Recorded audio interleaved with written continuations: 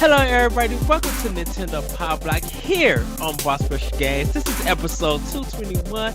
I'm your host, that retro code Eddie B. Joining me is the Celeste Roberts herself, Mr. Celeste Roberts. Hey, good evening, everybody. Is the Indie Insider, Mr. Dan Murphy. Hey Ed, how you doing? I'm doing great. And the devastating Dungeoneer himself, Mr. David Lasby. Happy Monday, everybody. We're going to get to some good old housekeeping. This is episode 221 of Nintendo Pow Block podcast.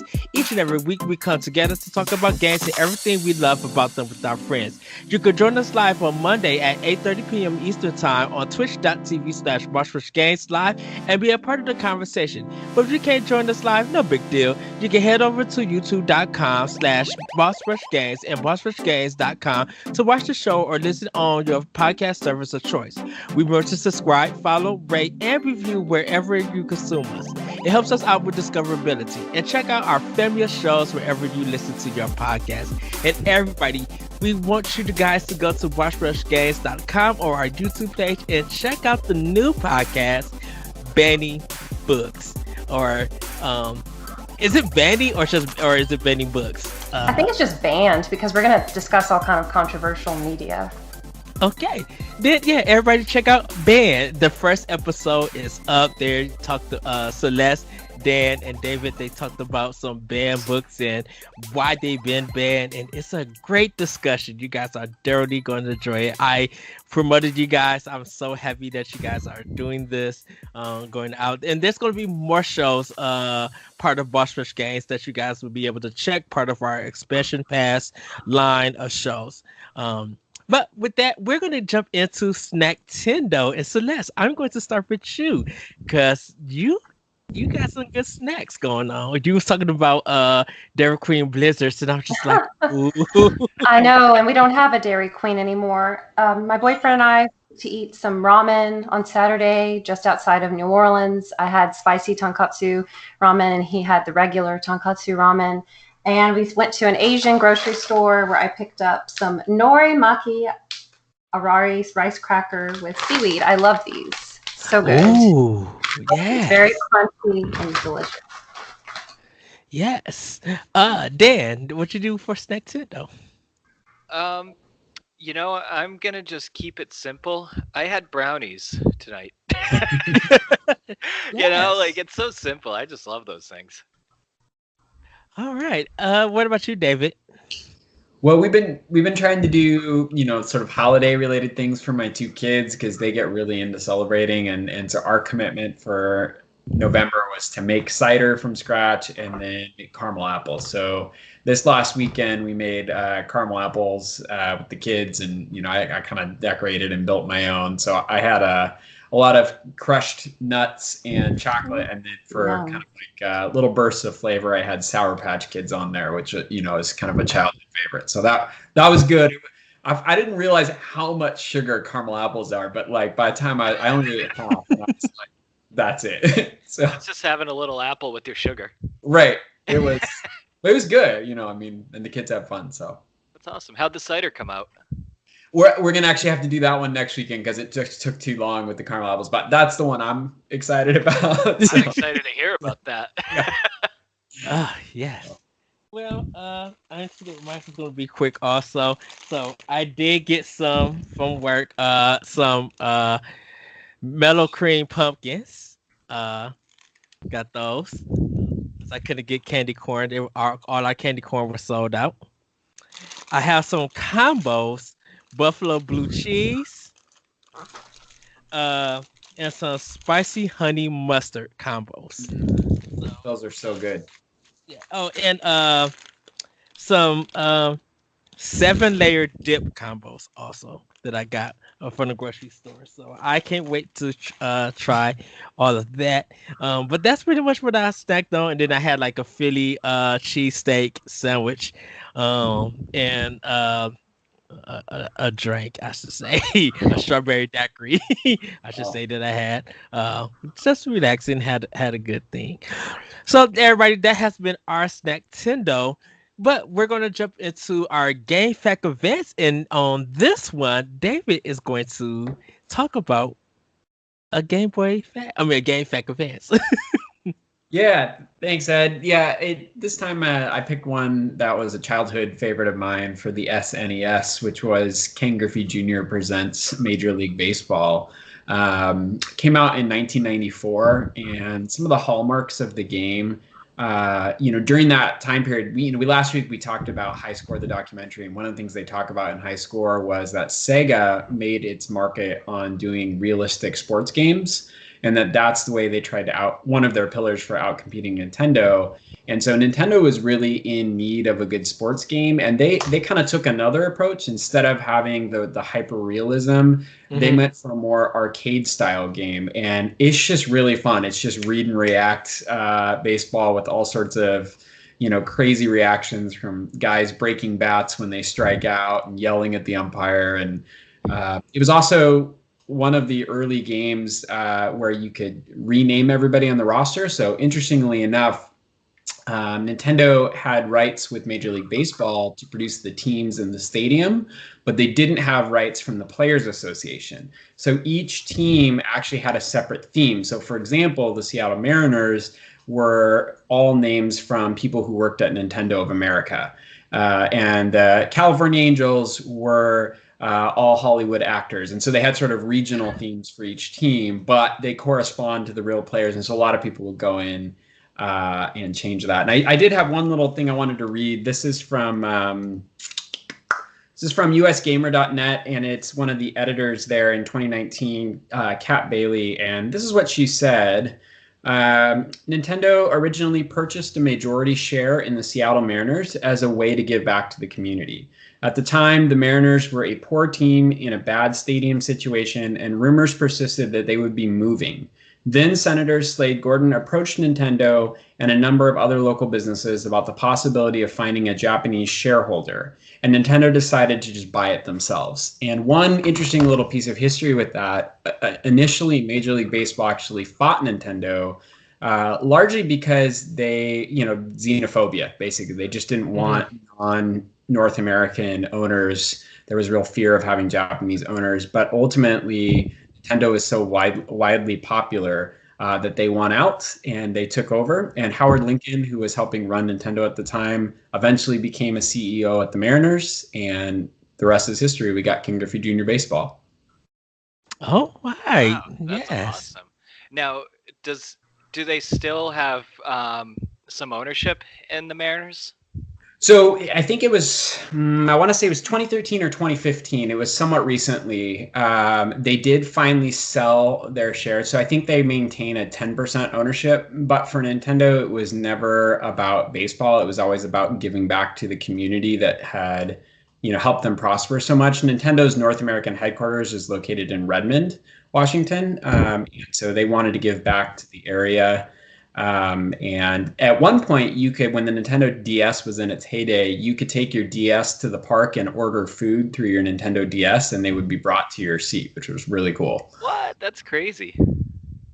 Huh. Yes. I wonder if so the Seattle Mariners were the first team to sign someone straight off of a Japan roster, Ichiro Suzuki. So I wonder if that Nintendo being part owners had something to do with that. Oh, absolutely. He was the first position player to come over from Japan. There had been a few pitchers before him, but and absolutely the connection with Nintendo was a big part of that. That's really cool. Yes. Oh, I remember playing that game back in the day. It was kind of fun.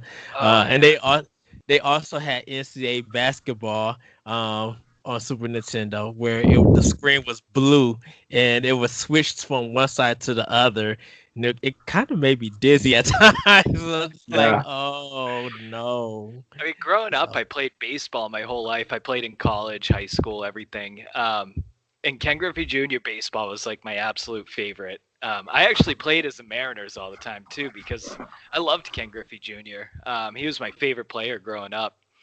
Him and his dad hit back-to-back home runs in a game one year. The guy played with his dad. Isn't that crazy? Yeah. Oh, wow. That's cool. So, everybody, that has been our Game fact events. So we now about to get into Femi news. And no boy, do we got some news for you guys. Seems that the Switch version of Ubisoft's Prince of Persia remake has resurfaced online.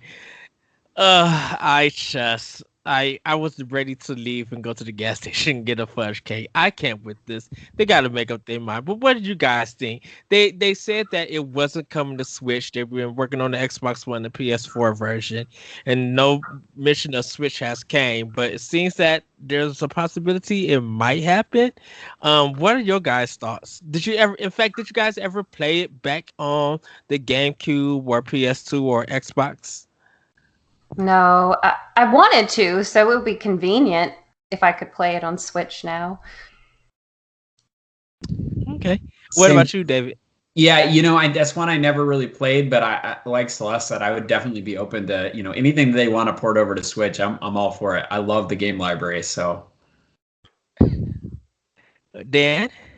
I was literally just gonna mimic what David said, so We're just playing a game of telephone. yeah.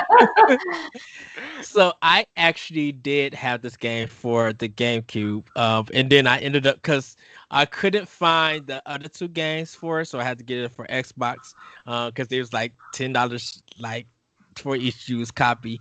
I remember buying it for GameCube and then getting Splinter Cell for free for GameCube at GameStop. And it's a good game, I say. Kind of fun. I think if it does come to Switch, hopefully they are improving the graphics because the first reveal of this game didn't look so good. But if they can't, make it look better and really deliver an experience, and the game is great. It's a fun story. It has a little bit of a twist. The platforming and the puzzles and jumping it really made like it took platforming to another level.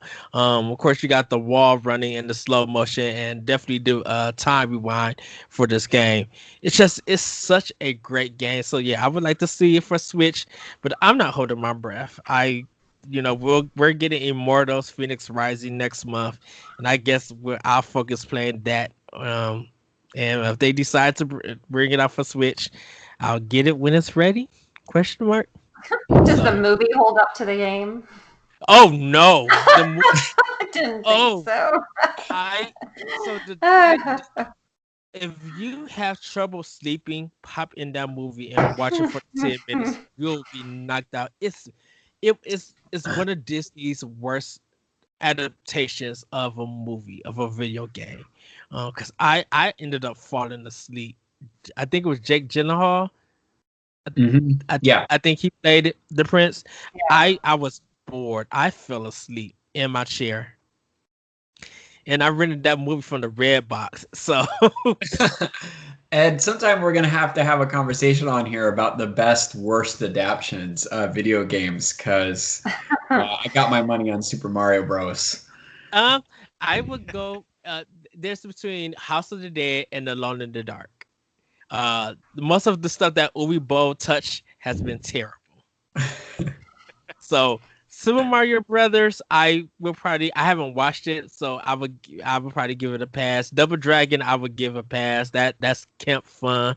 With it, and Super Mario Brothers might be camp fun, but anything Uwe Boll touch like Postal and stuff, those movies are terrible.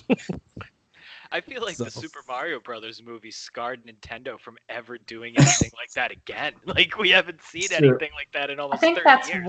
I think that's exactly right, Dan. It was that bad. Do we count Detective Pikachu? Oh, that one was cute. Yeah, I loved Detective Pikachu. That was a great movie. Yeah. Yeah, I couldn't wait for that movie to come out so I could go watch it. I literally felt like a little kid and just thoroughly enjoyed it. It's so good. I still haven't seen the Sonic the Hedgehog movie. It's all right.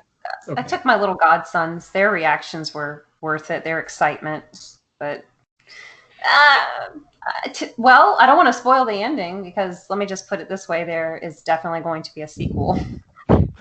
Yeah. Are your nephews like Sonic fans? Is Sonic kind of popular now?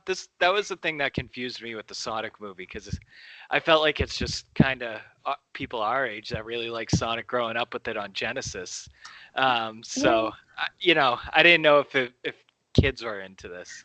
Well, my sisters and I have a lot of the Sonic games on GameCube, and whenever they go over to our parents' house, they play the Sonic games, and they also have a lot of Sonic cartoons on Netflix. Mm-hmm. So that could be a big help in that way. So they love Sonic. They love watching us play our old retro games. So nice.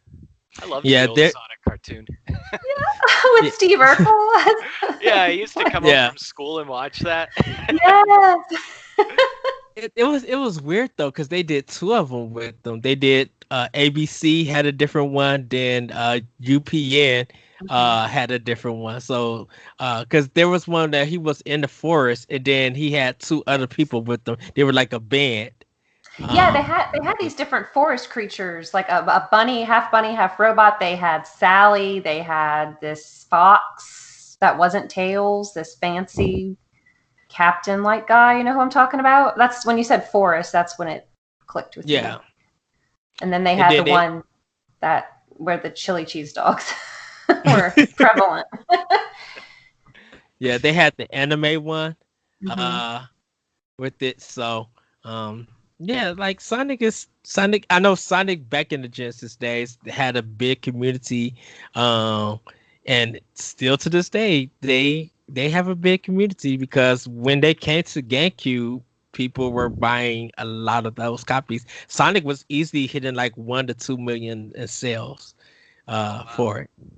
Yeah, they used to have comics through the Archie brand too. Oh, yeah. Did they stop that one, or is it still going?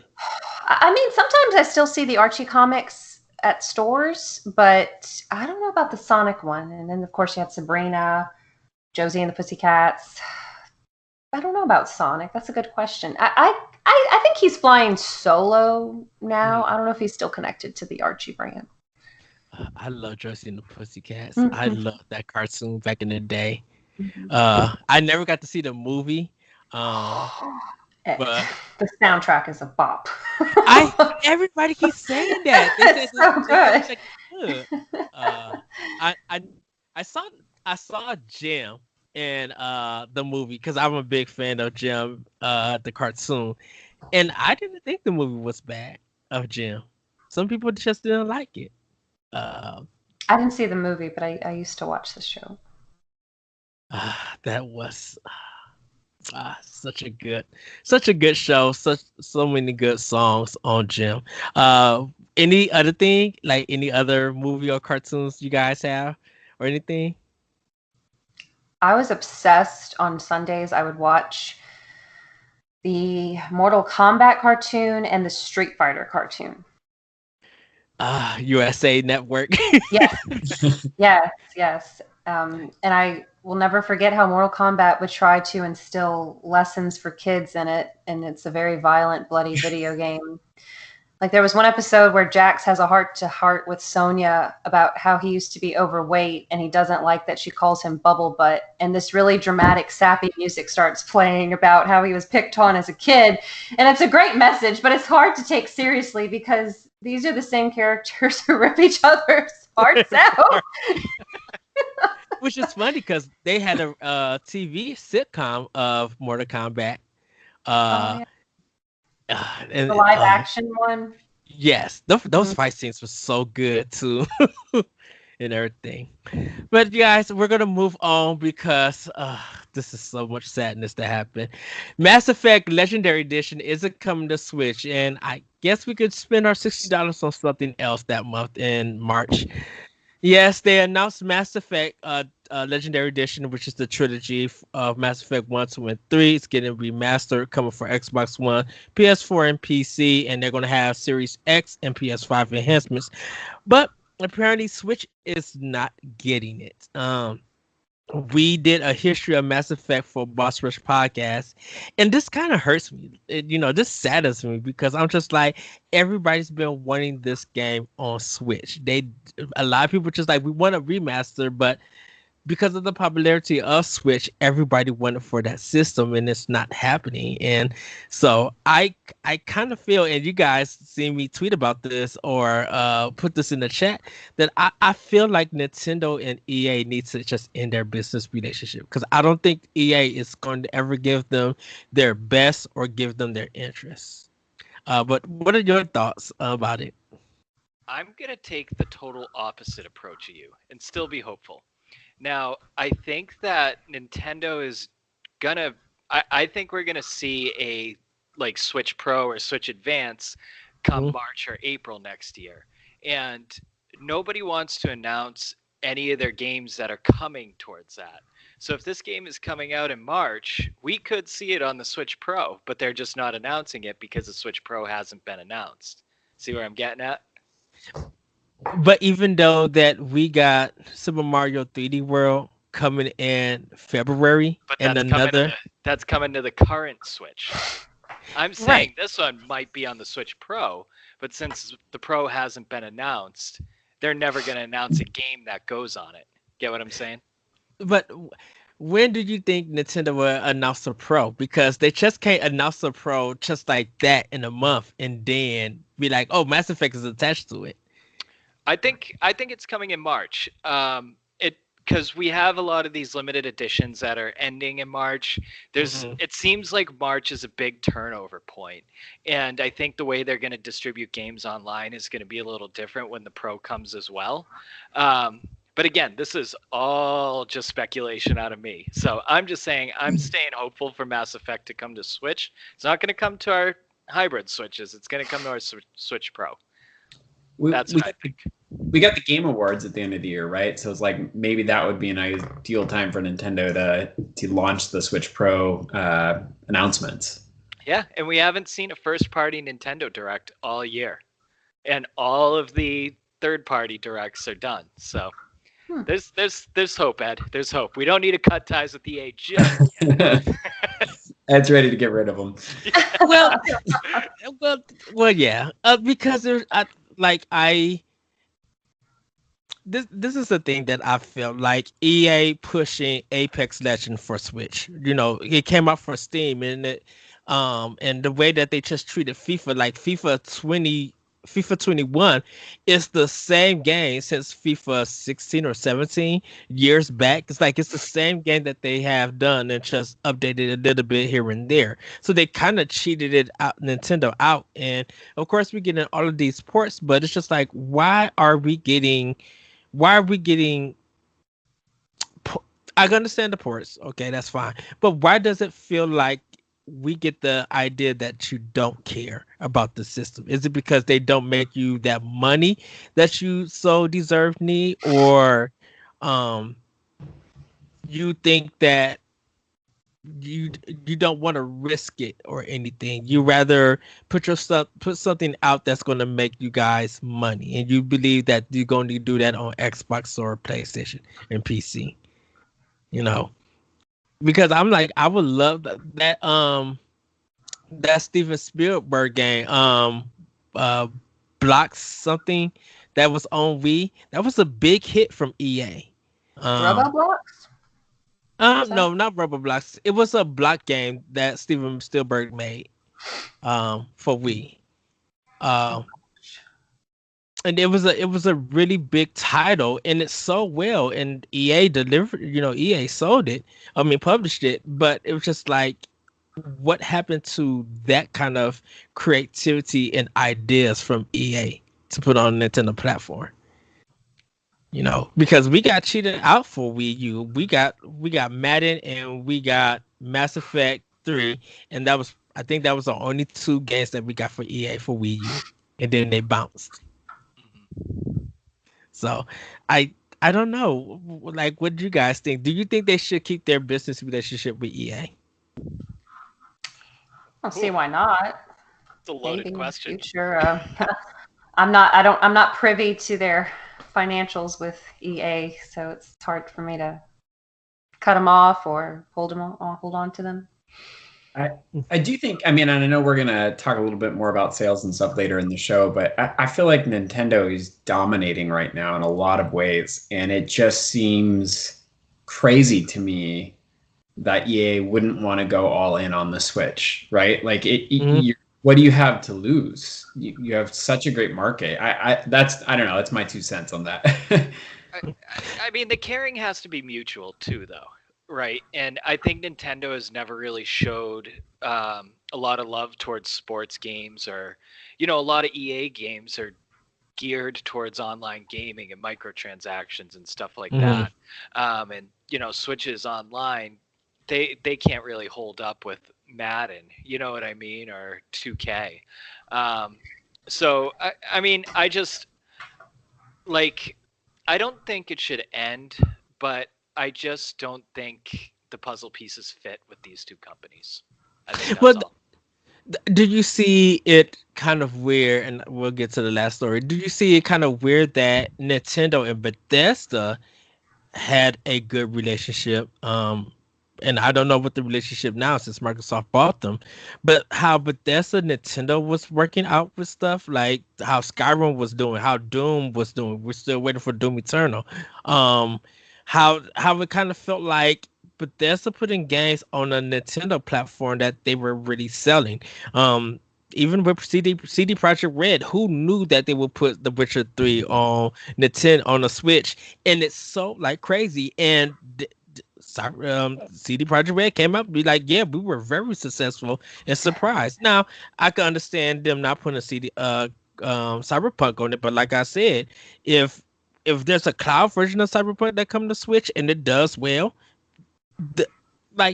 there's something about when other companies do take a risk on Nintendo and they are rewarded, why companies who won't take a risk on it try to be a part of that reward, Right. Could I just really quick add? I think Dan brings up a really interesting point about the microtransactions. That does seem to be countercultural for Nintendo. I think if you look at what Nintendo's MO has been, is they tend to try and take care of their consumers. You look at like the Breath of the Wild expansion pack, 2 full expansion packs together for $19.99. Other companies aren't doing that, right? They're breaking it down and charging you for all these little extras. Nintendo just threw together and took care of Zelda fans, and I do wonder how much that culture of microtransactions that EA has is just counter to what Nintendo's all about. Yeah, and Nintendo has did the free to play model, as they call it, free to start on a lot of 3DS stuff. Even like one of the Kirby games, fighting games that's on Switch, like you get free to start, and then if you want more, it's up to you if you want to buy it or not. You don't have to buy it; you can still just play the game like the way that it is.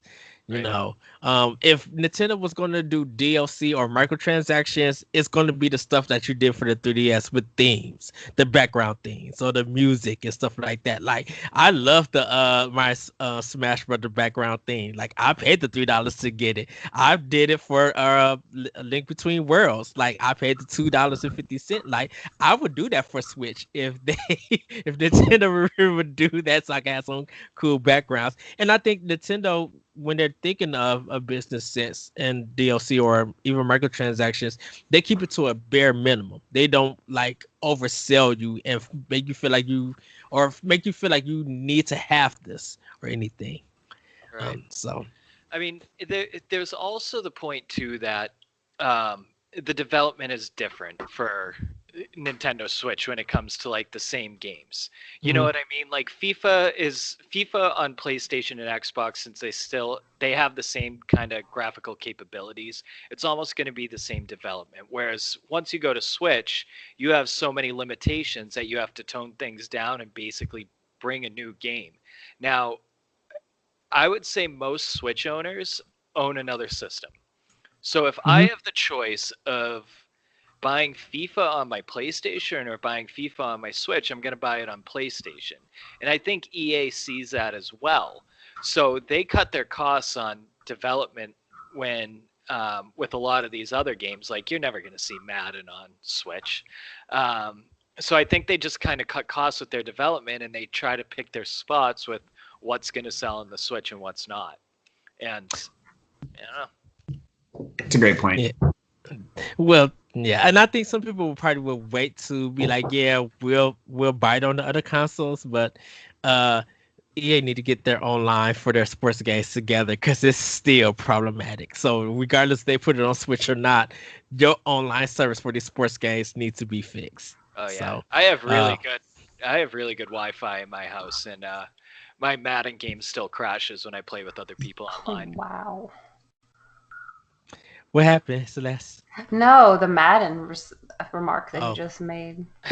Yeah, it's a mess. So we're gonna get into our final news point. Fire Emblem Three Houses is the best selling in the series, selling 3 million copies. A house many of us happily love to be a part of.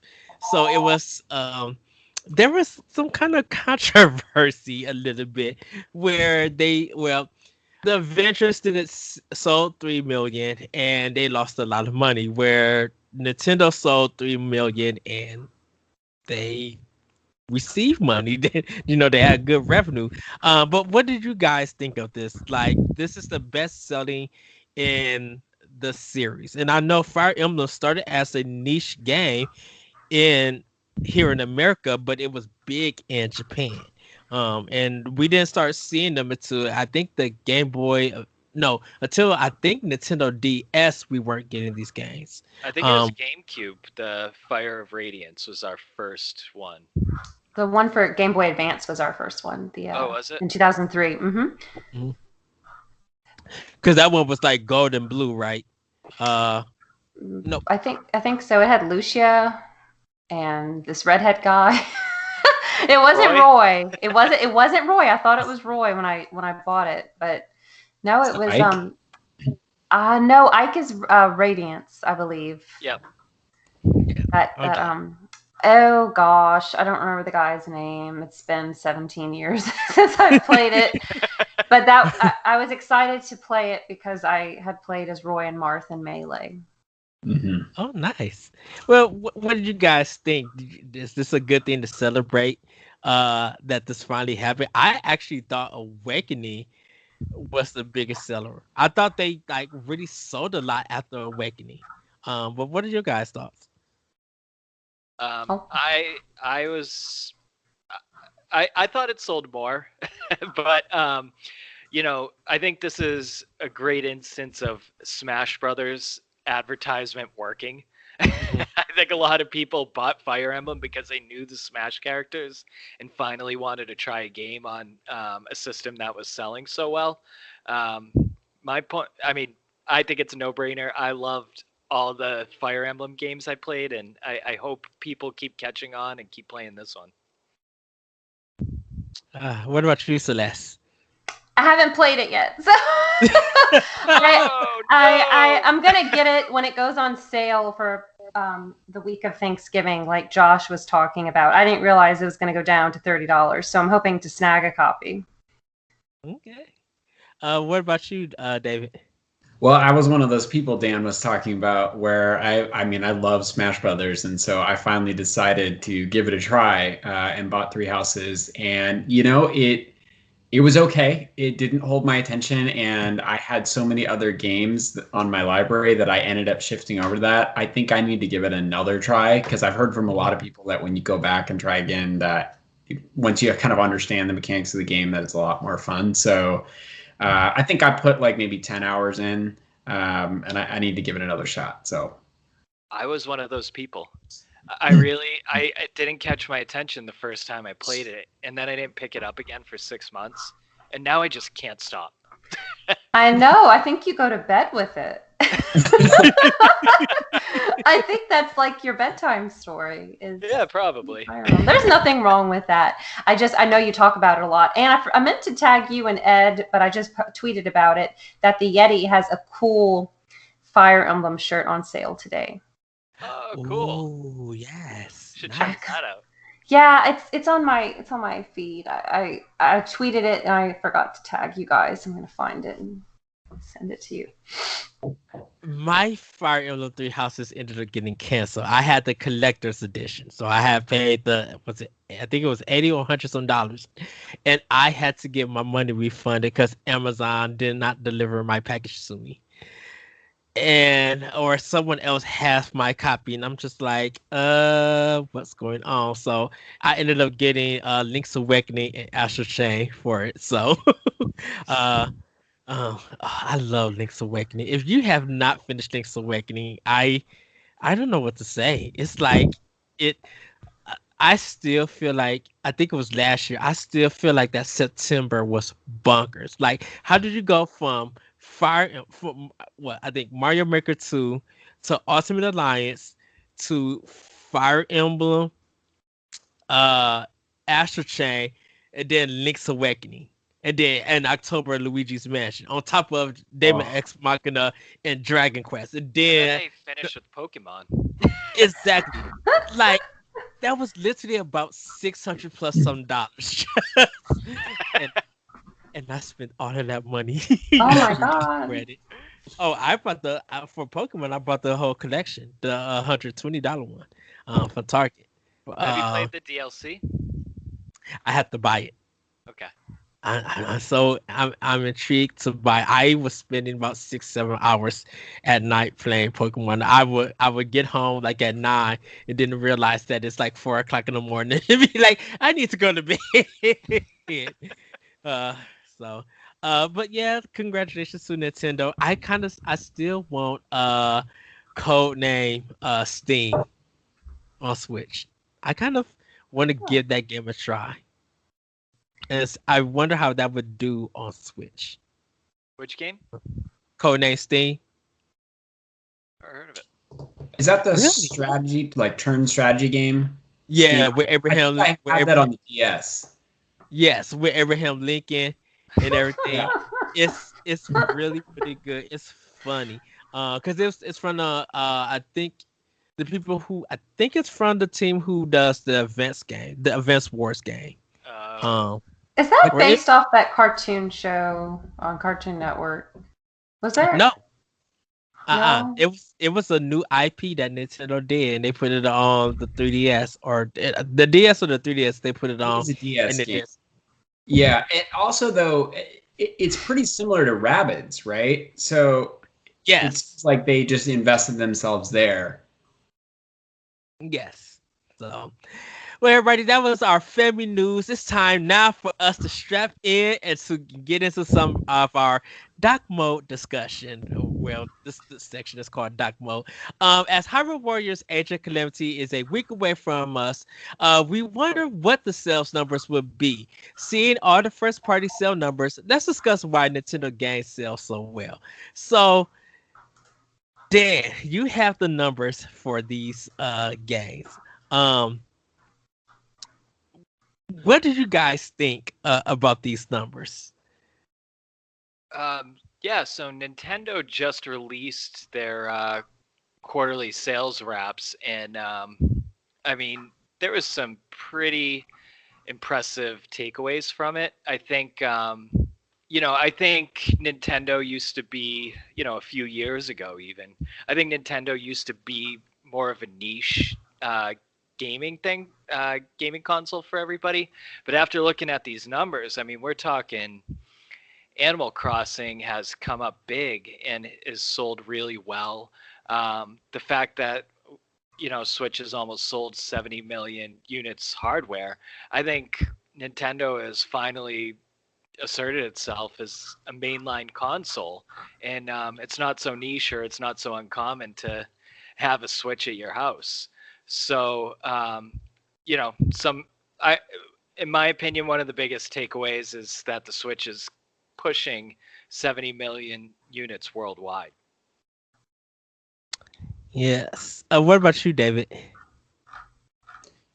Yeah, I had a couple thoughts, and sorry about my house phone going off there. It's one of those days. So yeah, I noticed that the Ring Fit Adventures sold over 3 million copies, and I keep thinking about when this pandemic hit, how much people turned to Nintendo and to Switch to have escape and relief. Whether we're talking about Animal Crossing, or Ring Fit as a way to stay fit in kind of this, limited space of not being able to go out, not being able to go to the gym. And Nintendo's business model just seemed to work so well with being out of the box with quarantine. They were really hard to find Yes. for Yeah. a good 2 months. I don't think Nintendo expected people to get all over Ring Fit Adventure. Well, it was the fact that a lot of gyms closed, so they had no choice but to find some way to get some exercise. And if you're gonna be in quarantine, stuck in the house, why not play a Nintendo game? Why not get this kind of thing that's gonna make you feel like you could still do exercise and be fit and everything? But what about you, Celeste? Like David was saying at the beginning of quarantine, when people were looking for things to do, especially if they were furloughed, laid off, had the kids at home more, they needed this entertainment. And Nintendo is so approachable. It has a little bit of something for everyone. Sure, it doesn't have as many mature titles, and it doesn't have titles like Mass Effect yet, according to Dan. I'm optimistic. With Animal Crossing, it came out at a perfect time. It's truly an escape. You are escaping to this little virtual island. You can play with your friends. You can have fun. And then things like Mario Kart, and you can play that online with your friends with the Nintendo voice chat, which I personally would rather just use Discord or call somebody, because the voice chat is kind of unreliable at times. Just these classic games, and you mentioned, Ed, or posed the question, how does Nintendo keep doing so well? It has amazing IPs. It has something for everyone. My great grandma used to play Duck Hunt and would get a kick out of shooting the little gun. And that's so innovative that this 80-something-year-old woman at the time was so taken in by video games. Yeah, my mom, she's a Mario. She loves Mario. Anytime Mario comes out, she has to have it. She got to play it. So she plays too? Yep, she That's plays great. too. Celeste, she will be like your best friend in Animal Crossing, because she'll have her whole house paid off within 3 weeks. She'll have a whole garden, she's dedicated, and then she'll be like, "Oh, I don't like this. I'm gonna go get some." And change it. yeah, she'll change it. Like, she knows how to manage her bells and everything. I'm just like, how in the world do you got 14 million bells in your account? She's just like, I don't know. I just been playing the game. I've been saving. I'm just like, my moms know how to micromanage in this game. Definitely, looking at Mario Kart 8, from it selling big on Wii till it's still selling on Switch and the numbers going up, it boggles my mind that we talked about attach rates to games. Like when you buy to systems, like when you buy a new system, there's a particular game that get attached to it. And at first, when Switch came out, it was Breath of the Wild, and then Mario Kart 8 came out, and so people were getting Zelda and Mario Kart, and it just feels like right now there are a whole bunch of first party games that people are catching up on and everything, and seeing how great these games are. They might not get Game of the Year recognition for some of them, but there's something about them. They're just like, I got these games with my Switch, or I seen this trailer and I've been sold on it, or a new character in Smash is getting revealed, so I gotta have this. You know what? I like they got my favorite game in there. Let me go pick up a Switch and then go get that game.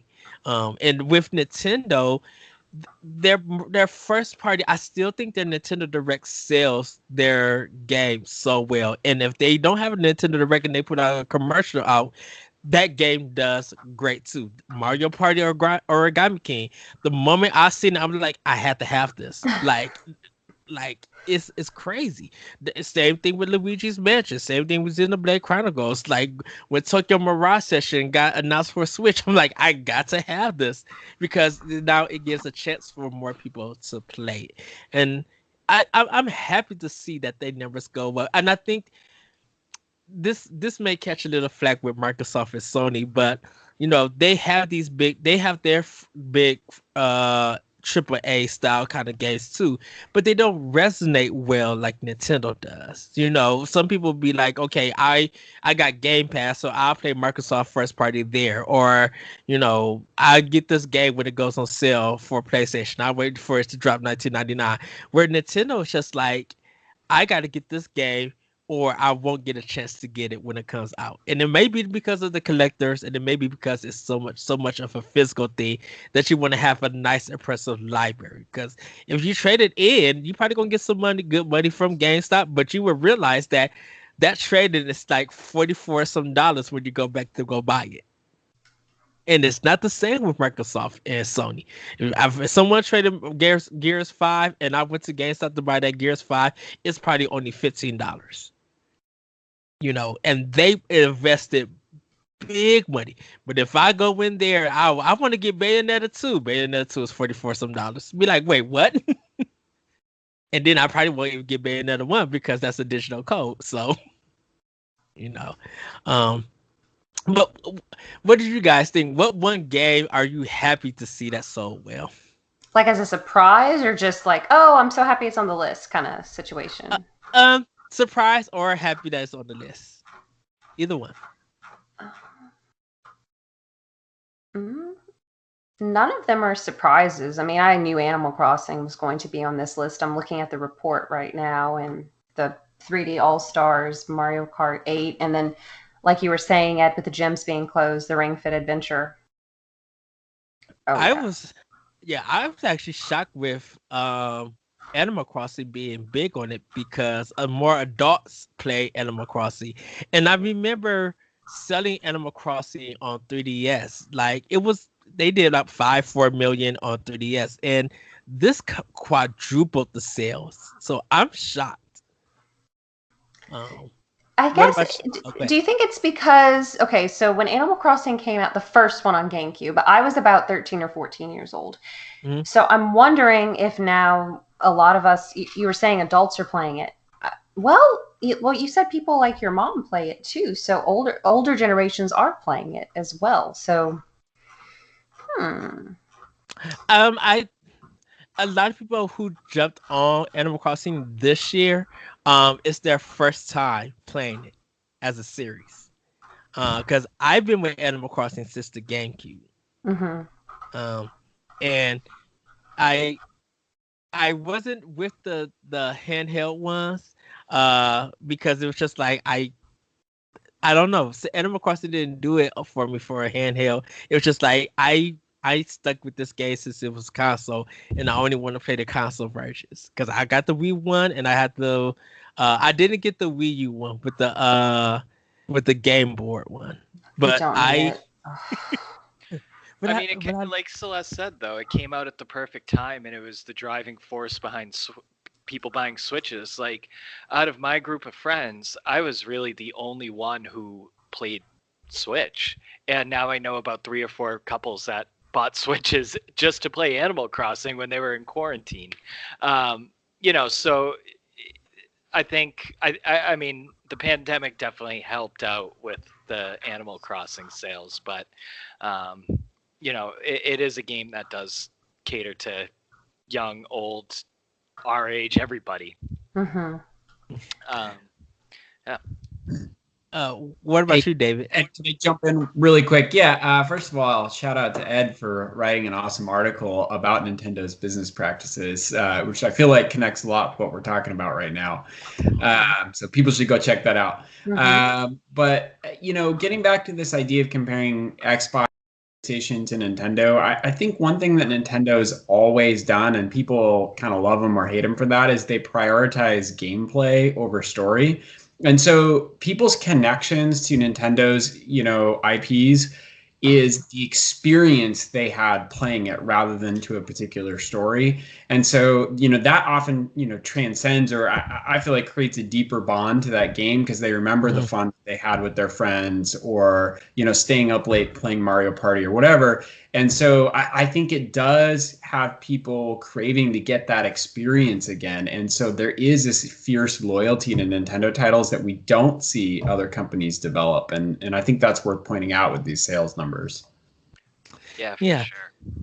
So I was gonna say okay, too, Ben. like just to piggyback off of that, like Nintendo is still putting care into some of their first-party IPs, and one of the things I saw in that sales report that surprised me the most was Splatoon sales going up 62% this quarter, and I think it's because they keep doing these Splatfests, and more people are catching on, and their online is getting better. So they're still able to sell this game that came out in what, 2017, 18, and they do it well because they prioritize what they do and they want to make it the best game they can. Right, and I still fight for ARMS because as a new IP, it did what 1.5 or 2 some million sales, and I hopefully they do another two, and that created a community, and I think that's one thing that Nintendo's game has done, that they have created all of these communities that pretty much most of the communities have united and stuff. You have people who love Animal Crossing, where there are also people who are in Animal Crossing who loves Kirby and Yoshi's Crafted World and stuff like that. People who like Fire Emblem and stuff, they love Smash. We pretty much all love the Mario games, and we all love the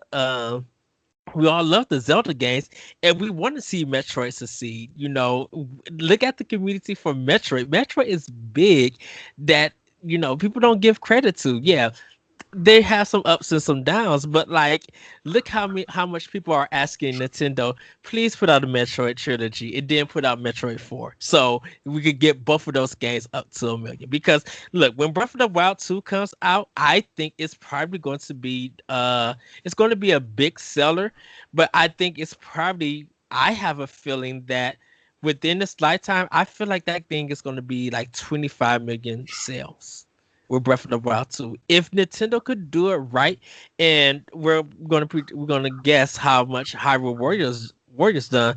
If they are writing big and they get this game as almost another perfect 10 that almost changes the genre again, that make us beg that, can I have climbing in every game and stuff? If they fix some of the problems and it comes out to be like a perfect 10 again, that game is going to sell. I'll come to David and Celeste to be like, okay, what are you guys doing? What's the story? What did you think? Is it dark? Is it light? Where did we go? and everything. So let's predict. How do we think Hyrule Warriors is going to sell? And I have some thoughts about this. I said that it'll probably do 3 million. And it's not because of the franchise. I think what's going to hurt it is because of the genre. The Warrior games don't really sell that well, but because Zelda is attached to it, it will sell well. What are your guys' thoughts? David, I'm going to start with you. Well, what's the time frame? 3 million over how long? 3 million within a year. Okay, so we got 1 year. Yes. Okay, so I was trying to give some thought to this because Breath of the Wild sold a little over 19 million copies, I believe. I believe those are the right numbers. So I figure if half the people that played Breath of the Wild by Age of Calamity, we're getting, 9 million maybe, right? And then you also have to figure in the quarantine effect. I mean, I think as we already said, there's no way that Animal Crossing is as successful as it has been without quarantine. Now, that's also a stress-relieving game, as opposed to a stress-inducing game with Hyrule Warriors Age of Calamity. But I still think there'll be a little bump there. So I'm going to guess, and this might be a bit high, but I think between 10 and 12 million when all things are said and done in a year. Wow. Celeste. 5 is my favorite number, so I'm going to go with 5 million. Kind of a middle ground of that. It's like you were saying, and people are either going to buy this because they are interested in the story. They're going to buy this because they truly are interested in this style of game, or they're going to buy it not having really a clue what they're getting into.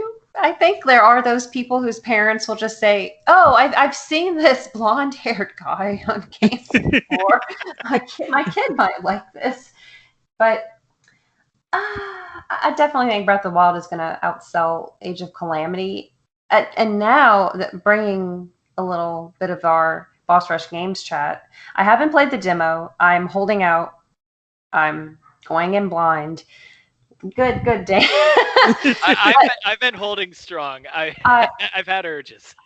I'm off the week of Thanksgiving, so I'm gonna have some time to play it. But LaRon was saying the demo has frame rate issues. So Ed and David, you guys played the demo, right? Yes. So how are these frame rate issues? Are these make it or break it problems? I encountered no frame rate issues. And I played it docked on my TV because I wanted to see how crisp and clear this game was. It was running smooth for me. I had a smooth like 30 frames. It may be 60, but I had a smooth frame rate. I had nothing drop. I had nothing clip. I was running fast, running around, being able to switch and everything. So maybe because he played it in handheld, it may be problems, but in docked, mine was good to go. I had no problems. Yeah. Oh, I didn't encounter too many issues with that. I know some people get really upset about frame rate issues. I've never cared a whole lot about it, as long as it didn't interfere with my gameplay. Like, when it's really slows down, that obviously is frustrating. But if there's a little hitch here and there, if I'm having fun playing the game, I just don't care about that. But then again, I'm a Switch owner and not, PS5 owner, so maybe that's why. What about you, Daniel? Now, we didn't touch on the mobile sales, but go ahead, Daniel. Touch on the mobile sales. Okay. First, I think Age of Calamity is going to be right around 3 million.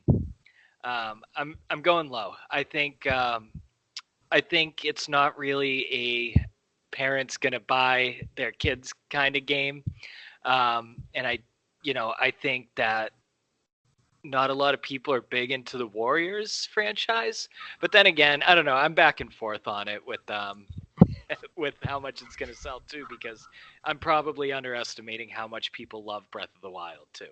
So I know every Switch owner I know is going to get it, so we'll see. Yeah, I think a lot of the Zelda fan base is going to get it because Hyrule Warriors sold, I think, 1 million or 2 or million and a half. When it first came out, it did 800,000 copies its first week. Oh, wow. Yeah, and people laughed at it. It'd be like, a Warriors game in the Zelda franchise? What is this? Like, everybody saw that Nintendo Direct and was just like, what is this craziness? And then the game came out, and pretty much all social media could talk about was that game. Like, I played it to the end, and I'm glad that they got rid of the timer. And it's such an original game that the storyline fits into the time. It could fit into the timeline of Zelda if you wanted to, but it's so good. Even if it doesn't fit or it's not canon, Koei Tecmo and Nintendo wrote a fantastic story, and you kind of love all the characters that is in it. So, but go ahead, Dan, with the mobile numbers. Yeah, so just kind of, I was looking at the sales sheet as well, and Nintendo had talked about basically giving up on producing anything new when it came to their mobile franchises, and it kind of seemed like they were just going to throw in the towel on it altogether. But after looking at this, in 2020, they did 26.7 billion yen, and it's up 33.9%, which is huge. And most of their mobile just comes from, their profits come from microtransactions. Mm-hmm. So I just found it interesting because I don't know anybody who plays their mobile games. People look at me like I'm crazy when I say I play Mario Kart Tour. So I thought I was like the last one, but to see these numbers going so high, it's just impressive. People are still playing Dragalia Lost and Fire Emblem on mobile. Fire Emblem was their number one, right? Yeah, and people would spend the money to get a certain character if they have to, and they end up low.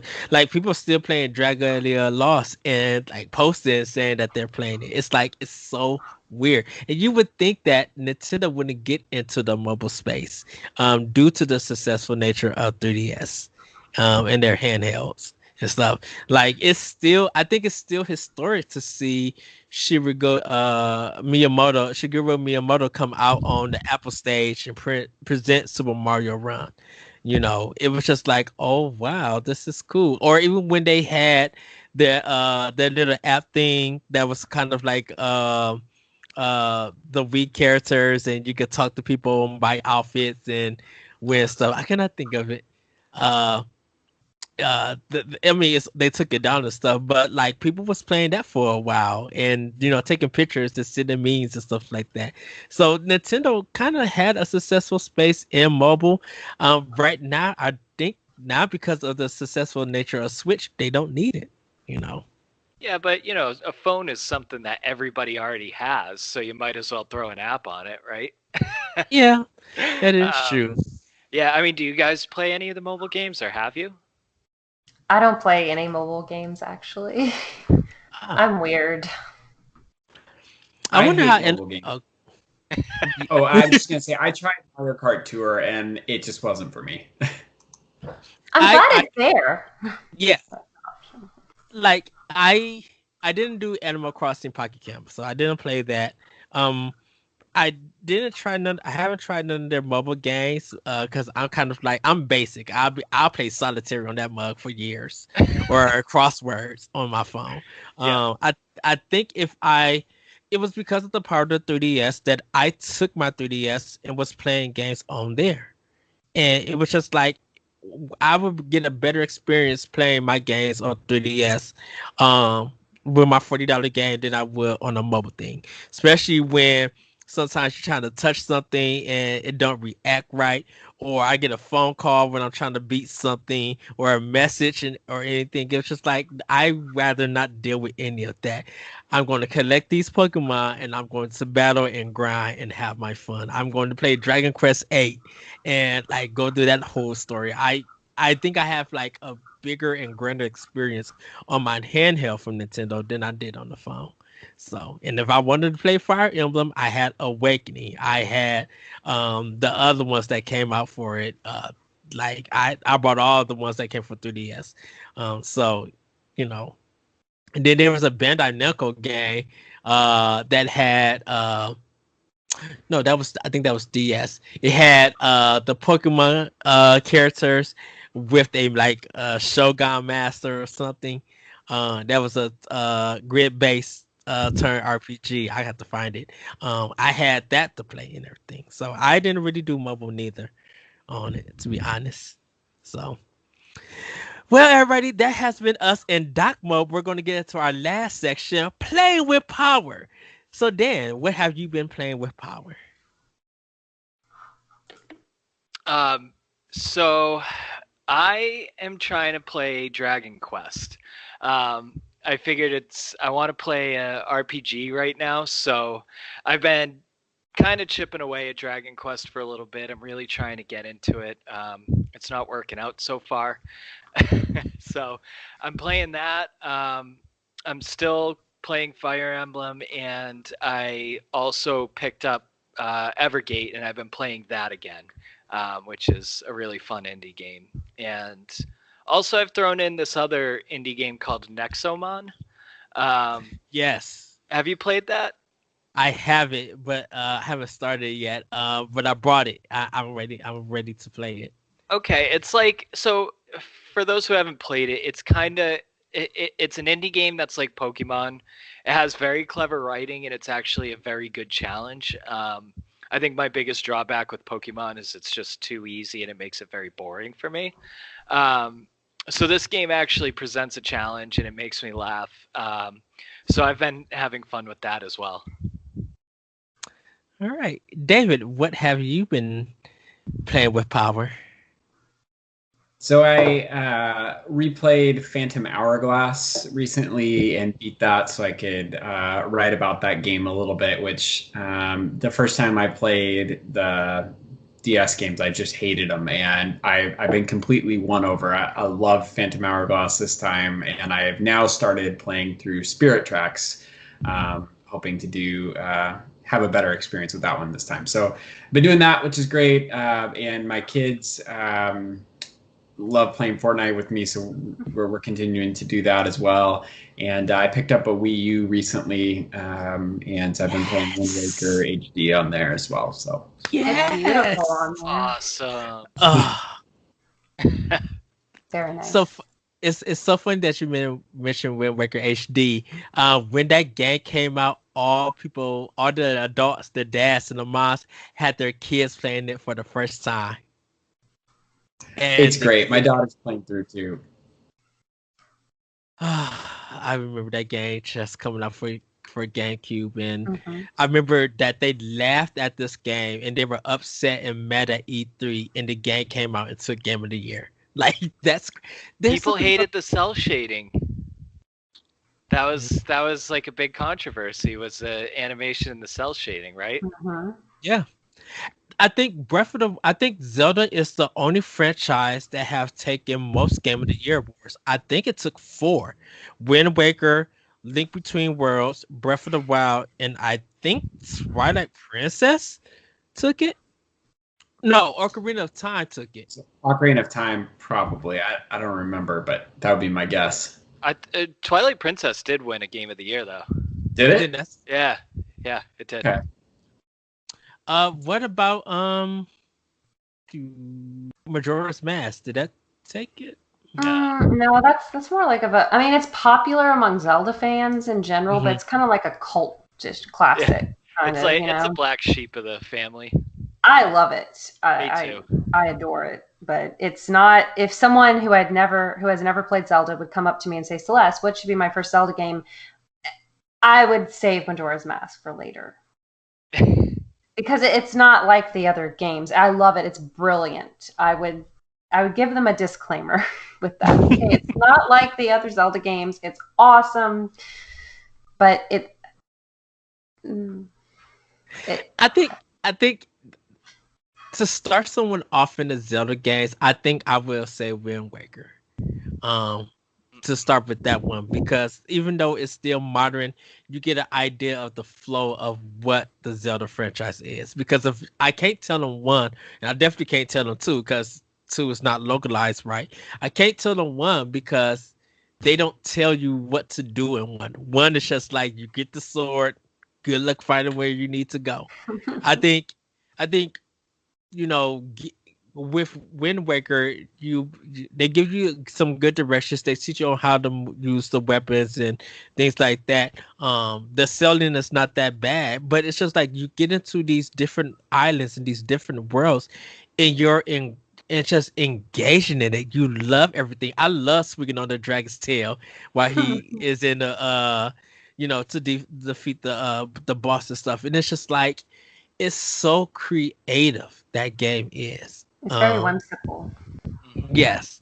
And then when you finally get a chance to beat that bird, who is a nuisance. The Helmerod King. Yes. And like the way that you stealth, and I think it's a good mixture of adventure and comedy. It's still one of the best fights that Nintendo has ever done is the Frozen Knights, when you get the sword and you fight all 12 of them. I still love that fight to this day. And then if you want to go, go ahead, Celeste. I was just gonna say it's so good. Yeah, and then I'll say probably try Minish Cap or try Link's Awakening. But if I want to say Ocarina of Time, due to the fact to understand what Z targeting is why. Yeah, and why that has become kind of a staple in a lot of video games in general. So helpful. I would have to go with Z-Target. I'm not Z-Target. I'm thinking of it. It's gonna be Z-Targeting, The Legend of Z-Targeting. I would have to go. Gosh, I don't know, Ed. I'm torn between Wind Waker and Ocarina of Time, because Ocarina of Time just So good. Or A Link to the Past. Oh man, I don't know. Just play them all. How about that? Yes. Just play all the Zelda games. I would go with Ocarina. Ocarina. I think it's Okay. it's the Zelda that has the same. Like, if you play Ocarina, you can play any other Zelda game because you Mhm. know how to use. I mean, it teaches you all the weapons. It kind of has that same syllabus as like the other Zelda games, where you have to find the 3 things and then the Master Sword, then the next 5 things. I think it's like the gateway drug to Zelda games. Ocarina of Time puts me in a good emotional mood because you get to when you get to the first dungeon, you're in the tree, and just going from there, like as a kid to adult, it was just like everything in that game makes me feel emotional. It makes me feel like I could get through this. I feel great when I be able to make this challenge. Or I'm scared because that hand's dropping. I need to run. I'm like, oh, that this little monster thing is freezing me. Oh, I got caught by the hand. No, and it's just like the anticipation when you're sneaking out of Gerudo's village with all the ladies and just making sure that you get away. It's such an emotional game, and to this very day, I still love it. I still think it's a perfect 10. I wouldn't change nothing about that game at all. Uh, What would you have people play, David? Their first Zelda game. Well, it's kind of funny because over at Zelda Dungeon, we just did this feature, our yearly feature of Best Zelda Ever, where we have to rank all our Zelda games. And the one that always wins is Ocarina of Time. And I think Dan's probably right, but Ocarina of Time is not even in my top 5. I We feel can't like, be friends anymore. I know. People are I'm so just kidding. on that game, and anyway. So, but Dan's probably right. Like that seems to be the kind of game that lets you. The gateway drug is a great. It is that. So I would probably recommend that, or Twilight Princess. I love Twilight Princess a lot. So. Twilight Prince is such a great game. And of course we didn't mention Skyward Sword, but I hold Skyward Sword to my heart, too, because of the characters in the world, and it's just like I love the fact that Nintendo got to be very experimental with it to allow us to have Breath of the Wild in a sense. I still think it's a great game. A lot of people don't like it, but it's just like there's something about this that I love about this game. So, but yeah, Celeste, what have you been playing with Power? Coincidentally, Twilight Princess HD. I picked it up again. Yeah, a while back we found a copy of it with the Link Wolf amiibo for $9 at Walmart, and I picked it up and I put it down and I picked it up again, and I'm at the Goron Mines. I just got to the Goron Mines yesterday, and I forgot how bad I am at the King Bokoblin fight on the bridge. I died a few times. I was like, how did I get through this 14 years ago? Did I die this many times? I don't know. It's still fun. I said a few choice words that I will not repeat on this podcast. But yeah, that's what I've been playing, and I try to play a little bit of Animal Crossing every day. I'm pretty jealous. I haven't played Wind Waker or Twilight Princess in so long, and I love those games. Once a Wind Waker comes to Switch, I think that game is probably going to do about 9 million.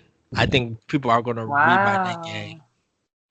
It's beautiful. I was one of those people who was unhappy with cell shading until I played the game and fell in love with it. And one of my friends at the time said the reason they made it look that way was because Nintendo wanted it to look like you were playing through the eyes of a child. I don't know. I'm gonna have to look for the source for that. See if he was true, if he was right, if this is true. But I can see that you're a 12-year-old little boy on a great adventure, and I think it reflects that with the graphics. The part where he's just like he's backing his eyes are wide and they look like they about to go in. Like he's just like, I'm about to be sneaky, and it does the zoom in effect. It's just so like you love that. The little sidling thing he does against the wall. Yeah. Oh Those my facial gosh. Oh my gosh. You guys have you guys ever seen The Emperor's New Groove with Crunk? Mm-hmm. Yeah. I would sing that little song he does whenever I was playing as Link, whenever people would see because Crunk sidles along the walls in that movie. What about you, Ed? For me, I've been playing Foregone. Getting further in that, I just beat the 5th boss in that game. I was getting my tail kicked, but I beat the 5th boss. I got this certain weapon, so I'm making further progress. I picked up every gate. Dan told me to give it that try. It had been on my wish list for a long time because ever since I seen it, I'm like, I must have this game. And then I must have put like 2 hours in that game. And the bad thing about it is that it makes me want to collect everything. Sensibility is in it, and I wanted to collect everything and I couldn't. So I was like, I gotta make progress. I gotta get this game going. But it's such a beautiful game. It makes you think of Ori and the Blind Forest. And some things, but it's a great kind of puzzle game. It's very relaxing, not really troubling. Play a little bit more Pikmin 3. I'm going to beat this game. I'm going to sit down and literally play and beat it. Playing Breath of the Wild because I have 1 week left to get through this game. I gotta get it done. Pressure's on, Ed. You gotta do it, Ed. I'm going to do it. I am literally going to do it. I got to get the rest of my shrines. I got to get my Zelda sword, get the stuff that I need to get to the Goron volcano. Make sure that I got my rupees, buy the outfit so I could, do all of that, and then like literally beat that section, and then go ahead and get Ganon because it's my goal to get through this game. I have had it for too long, and I need it to be done. What else did I play? Let's see. I played Evergate, Pikmin 3, Breath of the Wild, Foregone, Hades. I played. And I was just looking at some other stuff. So Friday, side note, you guys, well, before I get into that, do you guys remember how I just went on the list of indie games, that one episode? I did that with my physical with LaRon and Dan too, just showing up games and games. I'm just like, and it got me looking at my Switch games. And I'm just like, oh, I need to play this. I need to play this. I need to start this. And I think once I finish Breath of the Wild, I'm going to go ahead and Pikmin. I'm going to finish 3 Houses and Fire Emblem Warriors, because those games are on my list. I'm at the end of Tokyo Mirage Session, but I got to get past this one section, and then just end up beating that game. So, and then last but not least, even though this is on a Nintendo console, but I didn't play it on there, I played Mega Man 3, and I streamed it, and wow, that game. I had to remember some stuff. Be like, how do I beat this? How did I do this? So that's the stuff that I have been playing with Power. But everybody, that is going to be our show. I will say this. When you guys watch this, this is the way to enter the contest with it. We want you guys give us a iTunes rating. Let us know, write a description of what you love about the show. Show us that you subscribe, show a picture. And the first 3 who do it, you guys will be attached to one of our teammates. And if that teammate wins, you get a chance to win a $10 eShop card with them. It's gonna be really fun. Like I said, LeRon and Dan got to test it, and they hopefully you guys have fun. So that is going to we're going to next episode give out more details in case if you guys didn't get it all. You can email us at nintendopowblock@gmail.com and everything to like ask us questions or get more info if you need. All the stories that we did and our Snack Tendo stuff. Let us know what you guys are doing. Also, you can follow us on Twitter at Pow Block podcast on at Twitter. So that's where can we find you? You can find me on Instagram and Twitter at Fairy Crypt, and I'm also with Another Zelda podcast. I'm also with Boss Rush Games and a few different shows. So check us out over there. Yes. Dan, where can we find you? You can find me on Twitter at DCDM99 and check us out on www.bossrushgames.com. All of us are putting out a lot of articles lately, and they're all great. And you'll see our other podcasts on there as well. Yes. David, where can we find you? I'm at David Lasby on Twitter. You can also find my articles over on Zelda Dungeon, and I'm also a contributor on The Mighty, and then our podcast that Dan and Celeste and I are doing together. So, yes, you guys can find me on Twitter at That Retro Code. You can check out Optional Opinion, SoundCloud, other podcast apps. Check out Boss Rush Podcast on our YouTube and our Boss Rush Games. Like Dan said, we got a lot of articles going out, so do read that. We are pushing back the history of Monster Hunter to December, so you guys will be able to check that one out. Check out Talk the Walk. We have discussed Soma, and this month we are playing Everything's Gone to the Rapture. For our book club this month, we are playing Iconoclast, so you guys can try that out. It's on Switch, Xbox. I think it's on Xbox, but I'm not sure. But it's on PC and it's definitely on PS4, so you guys could try that out. Check out Arsenal X. Check out Crossroads on their respectable YouTube pages. Crossroads is going to be on Exodus 803. That's our PlayStation podcast, and Arsenal X has their own YouTube page and Twitter account that you guys can also check out. With that, everybody, we want you to have a great week. Have a great weekend. Continue to play some Nintendo games, get some good snacks, and just enjoy everything. Get ready for Hyrule Warriors and get ready for when we do our quiz show, because it's going to be fun. With that, everybody, we will see you next time on Nintendo Pow Block. Bye, everybody. Woo-hoo! Bye, guys.